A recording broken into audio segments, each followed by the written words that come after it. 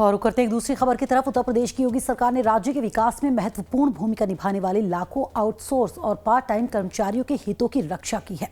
उसके लिए एक बड़ा कदम उठाया गया है। नए लेबर कोड्स और आउटसोर्स सेवा निगम के गठन के जरिए सरकार ने इन कर्मचारियों के लिए छुट्टियों, काम के घंटों और वेतन भुगतान की प्रक्रिया को पारदर्शी और अनिवार्य बना दिया है।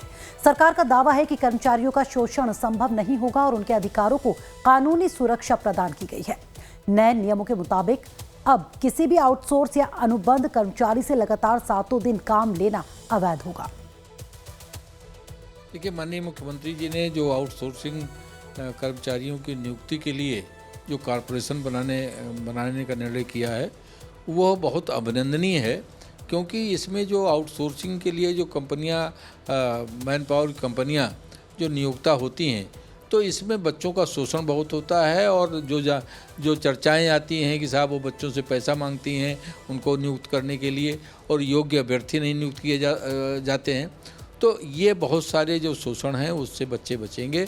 और जो माननीय मुख्यमंत्री जी ने उनके वेतन को भी लेकर के बात कही है और साप्ताहिक अवकाश दिए जाने की बात कही, ये बहुत ही स्वागत योग्य पहल है सरकार की। तो अब आउटसोर्स कर्मचारियों से 7 दिन काम नहीं लिया जा सकता है। 6 दिनों तक लगातार काम करने के बाद 1 दिन का वेतन समेत अवकाश देना अनिवार्य है। प्रतिदिन कार्य के घंटे 8 से 9 निर्धारित किए गए हैं। इससे अधिक कार्य लिए जाने पर नियमों के मुताबिक ओवर टाइम देना होगा। कर्मचारियों के मानसिक और शारीरिक कल्याण के लिए छुट्टियों के नियमों में व्यापक सुधार किया गया है। प्रतिवर्ष 10 दिन का आकस्मिक अवकाश होगा, तो बीमारी की स्थिति में 6 माह की सेवा पूर्ण होने पर 15 दिन का अवकाश देना होगा। इसी तरह प्रतिवर्ष 15 दिन का अर्जित अवकाश देना होगा, जो अगले वर्ष के लिए कैरी फॉरवर्ड भी हो सकेगा। महिला कर्मचारियों के लिए मैटरनिटी लीव के नियमों का भी कड़ाई से पालन कराया जाएगा। समाज कल्याण मंत्रालय संबंधित समस्त विभागों के साथ जो श्रमिक काम करते हैं, चाहे आउटसोर्सिंग से हों, चाहे कॉन्ट्रैक्टर्स के माध्यम से हों, उनमें से प्रतिनिधि के रूप में कुछ साथियों को आज हम लोगों ने एकत्रित किया, उनको जागरूक किया कि जो 4 नए लेबर कोड आए हैं उसके तहत उनको क्या क्या अधिकार मिले हैं, और तात्कालिक रूप से साप्ताहिक अवकाश, CL, medical, insurance, provident fund, सबसे बड़ी बात जो वेतन पर्ची मिलती है उसका प्रिंट आउट मिलना चाहिए। जो ऐसे मूलभूत नियम हैं उनको सख्ती के साथ समाज कल्याण मंत्रालय से संबंधित हर इकाई में हम लोग लागू कर रहे हैं।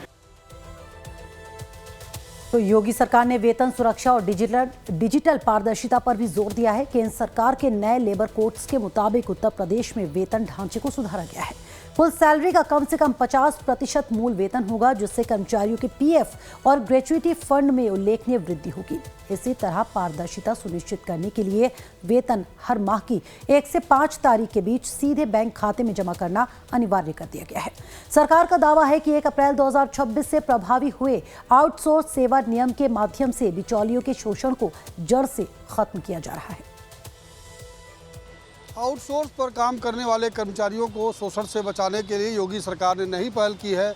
जो आउटसोर्स सेवा निगम बनाया गया है उसके जरिए सेवा शर्तों को विनियमित करने की कोशिश हो रही है, यानी साप्ताहिक अवकाश अनिवार्य रूप से देना होगा। इसके अलावा वर्ष में 10 आकस्मिक अवकाश भी देने पड़ेंगे, ताकि किसी कर्मचारी को कोई ज़रूरत पड़ने पर अवकाश आसानी से मिल सके। इसके अलावा काम करने के जो घंटे निर्धारित हैं, यानी 8 से 9 घंटे तक ही काम किया जाएगा, और जो भी ओवर टाइम होगा उसमें दूना भुगतान करना होगा। सरकार इस निगम के जरिए उन कंपनियों पर नकेल कसने वाली है जो आउटसोर्स कर्मचारियों की आपूर्ति करते हैं। कई सरकारी विभाग भी इन्हीं कंपनियों के जरिए सेवाएं लेते हैं। अब उन पर एक प्रभावी नियंत्रण होगा, जो अगले साल होने वाले चुनाव के लिए सरकार के लिए फायदेमंद हो सकता है। वीडियो जर्नलिस्ट सुंदरम केसरी के साथ राजीव ओझा, लाइव टाइम्स, लखनऊ।